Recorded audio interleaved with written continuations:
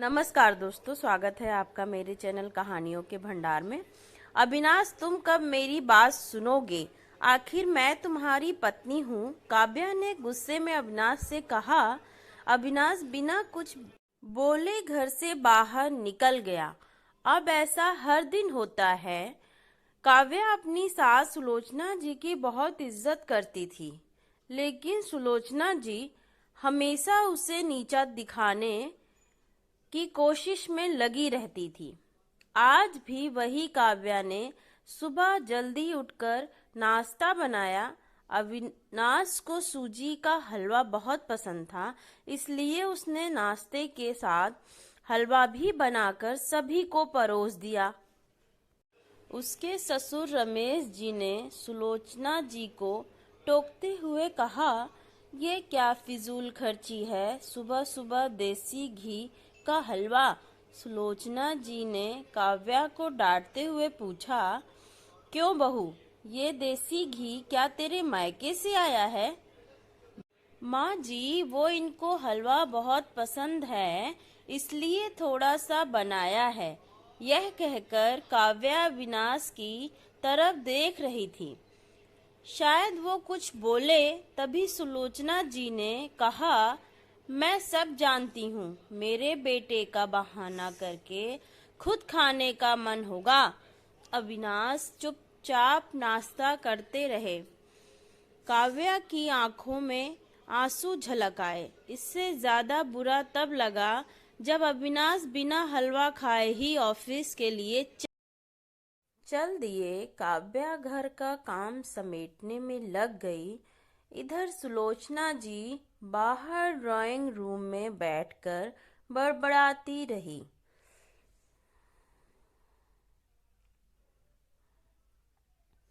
काम करके काव्या अपने कमरे में जाकर रोने लगी।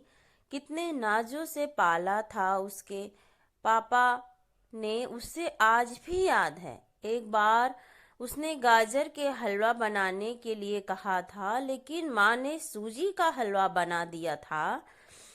पापा को यह बात पता लगा तो वह तुरंत बाहर गए। वहां से ढेर सारा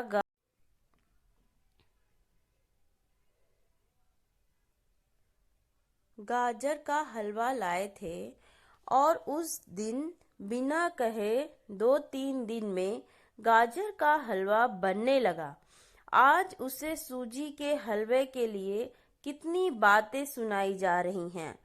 उसे गुस्सा सास ससुर पर नहीं, अविनाश पर था, जो कि कुछ नहीं बोल पाया।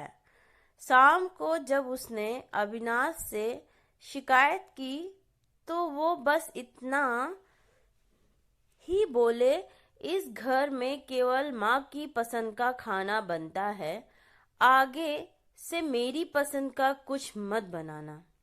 मैंने अविनाश से बात करनी बंद कर दी। आखिर क्या कसूर था काव्या का? यही कि वह अविनाश से बहुत प्यार करती है। इसी तरह कुछ दिन बीत गए। एक दिन काव्या ने सुलोचना जी से कहा, माँ जी, मैं अपने घर जाना चाहती हूँ कुछ दिन के लिए। अगर आप कहें तो आज ही चली जाऊं। कई दिन पहले माँ का फोन आया था। कह रही थी पापा की तबीयत ठीक नहीं है। सुलोचना जी वहाँ जब भी जाती है 1 सप्ताह से वापस नहीं आती। घर का काम कौन करेगा? तेरे ससुर और मेरा बेटा शाम को थक कर घर आएंगे। यहाँ उन्हें खाना भी नसीब नहीं होगा। मुझे तो चक्कर आ रहे हैं, मैं खाना बना नहीं सकती। जाना है तो एक दिन के लिए चली जा। काव्या मन मारकर एक दिन के लिए पीहर पहुंच जाती है। वहां पहुंचकर उसे और भी आश्चर्य होता है। भाभी, मम्मी, पापा कहाँ गए? काव्या ने घबराकर पूछा। उन दोनों का घर में मन नहीं लगता है, तीर्थ पर गए हैं ना, जाने कब आएंगे। वैसे तुम कितने दिनों के लिए आई हो? क्योंकि मुझे भी अपने पीहर जाना है। संगीता भाभी का यह व्यवहार देखकर काव्या चौंक गई। क्या ये वही भाभी हैं जो उनसे बहुत स्नेह जताती थी? काव्या सोफे पर बैठी सोच रही थी। अच्छा, वो जो भैया ने मकान पेपर साइन करा लिए थे, मैंने अपना हिस्सा छोड़ दिया था, शायद उसी साइन के लिए मेरे से प्यार जताया जा रहा था। काव्या उठकर खड़ी हो गई। भाभी, मुझे कुछ काम याद आ रहा है, मैं फिर आऊंगी, कहकर वह तेजी से घर से बाहर निकल गई। पीछे से गेट बंद होने की आवाज से वह समझ गई थी कि उसके जाने से कोई खास फर्क नहीं पड़ा। भारी कदमों से चलते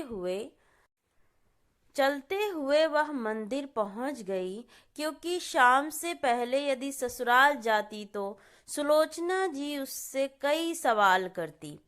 मंदिर में जाकर उसने भगवान के दर्शन किए, बस न कुछ मांगा न कुछ बोला, भगवान के चरणों में शीश नवाकर बाहर आकर बैठ गई। तभी सामने के पेड़ के नीचे उसे अपने माता पिता बैठे दिखाई दिए। काव्या भागकर उनके पास पहुंची। काव्या को देखकर उसकी माँ रोने लगी। बेटी, तू यहाँ कैसे? पापा ने पूछा। वो छोड़िए, ये बताइए आप यहाँ कैसे? आप तो तीर्थ यात्रा पर गए थे। काव्या के सब्र का बांध टूट गया। उसकी आंखों से आंसू बह रहे थे। बेटी, तेरी भाभी ने तुझसे झूठ बोला है। बिजनेस में पैसा लगाने के लिए तेरे भैया ने मकान अपने नाम करा लिया, कागज गिरवी रखकर साहूकार से कर्ज ले लिया। उसके बाद हम बोझ बन गए, हमें घर से निकाल दिया। पापा, अब क्या होगा? काव्या ने रोते हुए पूछा। बेटी, तू चिंता मत कर, हम कहीं वृद्धा आश्रम में चले जाएंगे। तू अपने ससुराल जा, वहां किसी को यह बात मत बताना। अपने माँ बाप को इस हाल में देखकर वह उन्हें अपने साथ ले जाना चाहती थी, लेकिन जहाँ उसकी कद्र नहीं, वहाँ माँ बाप की क्या इज्जत होती।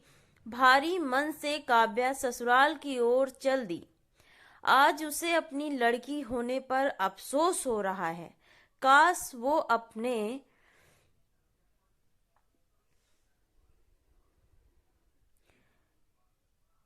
माता पिता के लिए कुछ कर पाती। घर आकर उसने बहुत मुश्किल से घर का काम निपटाया। उसके बाद अपने कमरे में जाकर गुमसुम सी बैठ गई। उसकी आंखों से आंसू बह रहे थे। अविनाश अपने ऑफिस के काम में लगे हुए थे। जब वह सोने आए तो काव्या से पूछ बैठे, क्या बात है? आज फिर माँ की कोई बात बुरी लग गई जो आंसू बहा रही हो? काव्या अपने आप को रोक नहीं पाई और उसने रोकर सारी बात अविनाश को बता दी। क्या माँ पिता को यहाँ ले आए? वह इस उम्र में कहाँ जाएंगे? अविनाश ने कोई जवाब नहीं दिया और करवट लेकर सो गए। इस बात से काव्या को बहुत गुस्सा आया। आज से मैं भी इनके माँ बाप की सेवा नहीं करूंगी। देखती हूँ कौन इनकी सेवा करेगा। रोते रोते काव्या सो गई। 2-3 दिन बीत गए जाने पर उसकी चिंता बढ़ती जा रही थी। एक दिन वह सब्जी लेने के बहाने मंदिर में पहुंची, लेकिन उसके माता पिता वहां नहीं थे। पंडित जी, यहाँ मेरे माता पिता उस पेड़ के नीचे बैठे थे। कई दिन से उनका कुछ पता है? तुम्हारा नाम काव्या है क्या? पंडित जी के मुंह से अपना नाम सुनकर काव्या ने पूछा। जी हाँ, लेकिन आपको कैसे पता? तुम्हारे पिता ने यह पता दिया है और कहा था वह अब यहाँ रहते हैं। काव्या ने पता देखा, वह वहां से कुछ दूर का था। काव्या ने मंदिर के बाहर निकलकर ऑटो रिक्शा किया और उस पते पर पहुंच गई। दरवाजा खटखटाया तो एक लड़की निकल कर आई। यहाँ का पता मुझे पंडित जी ने दिया है। काव्या बोली, आप काव्या दीदी हो, अंदर आ जाओ। काव्या को कुछ समझ नहीं आ रहा था। वह अंदर गई तो देखा उसके माता पिता सोफे पर बैठे थे। काव्या उन्हें देखकर रोने लगी। बेटी, अब क्यों रो रही है? तेरे कारण हमें यह मकान मिल गया। काव्या आश्चर्य से उनका चेहरा देखने लगी। लेकिन माँ, आप यहाँ कैसे, और ये लड़की कौन है? तब उसकी माँ ने कहा, बेटी तुझे याद है, तेरी सास ने 40 लाख की डिमांड की थी। दामाद जी को बिजनेस खोलना था, इसलिए तेरे पिता ने उनकी डिमांड पूरी कर दी थी, जिससे कि तू सुखी रहे। जब तू हमसे मिलकर गई, उसके अगले दिन दामाद जी आए। उन्होंने तेरे पापा के पैसे लौटा दिए, क्योंकि उन्होंने कोई बिजनेस शुरू नहीं किया था।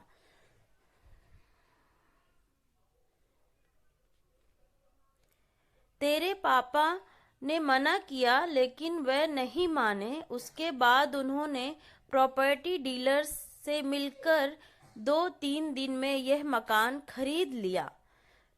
साथ 5 लाख रुपए बच गए। इससे उन्होंने ये लड़की नौकरी पर रखवा दी, जो हमारी केयर करेगी।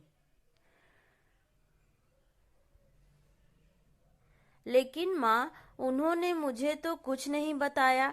काव्या की आंखों से आंसू बह रहे थे। वह रोते हुए वहां से अपने घर आ गई।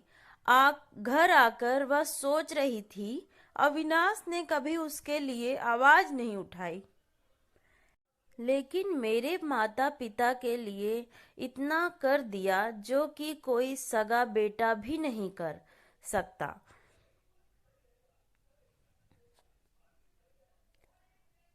रात को उसने अविनाश से पूछा, आपने ऐसा क्यों किया? अगर माँ जी को पता लग गया तो क्या होगा? अविनाश का जवाब सुनकर काव्या रोने लगी। अविनाश ने कहा, जैसे तुम्हारे लिए ये माता पिता हैं, वैसे ही मेरे लिए भी वो माता पिता हैं। मैंने पैसे लेते समय ही सोच लिया था कि एक दिन ब्याज समेत वापस लौटा दूंगा, लेकिन जब बिजनेस शुरू नहीं हो पाया तो मैं इन पैसों को अपने पास रख कर सही समय आने का इंतजार कर रहा था। अगर मैं तुम्हारे माता पिता को अपने घर ले आता तो उनका आत्मसम्मान हर दिन उन्हें धिक्कारता। बेटी के घर वह रहना पसंद नहीं करते, वह अपमानित न हो, इसलिए मैंने उन्हें यह घर दिला दिया। अविनाश, मुझे माफ कर दो। आज तक मैं तुम्हें गलत समझती रही। तभी पीछे खड़ी सुलोचना जी बोली, बेटी, वह पैसा हमने उधार लिया था। वह तुम्हारे माता पिता की अमानत थी। मैंने और अविनाश ने पहले ही फैसला किया था कि ब्याज के साथ तुम्हारे पैसे वापस कर देंगे।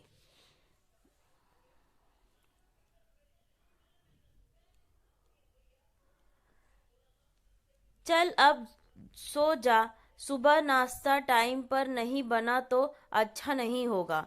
उनकी बात सुनकर काव्या, अविनाश और सुलोचना जी जोर से हंसने लगे। दोस्तों, ये प्यारी सी स्टोरी पसंद आई हो तो प्लीज़ लाइक एंड सब्सक्राइब ज़रूर करें और अपने से बड़ों का हमेशा सम्मान करें। धन्यवाद।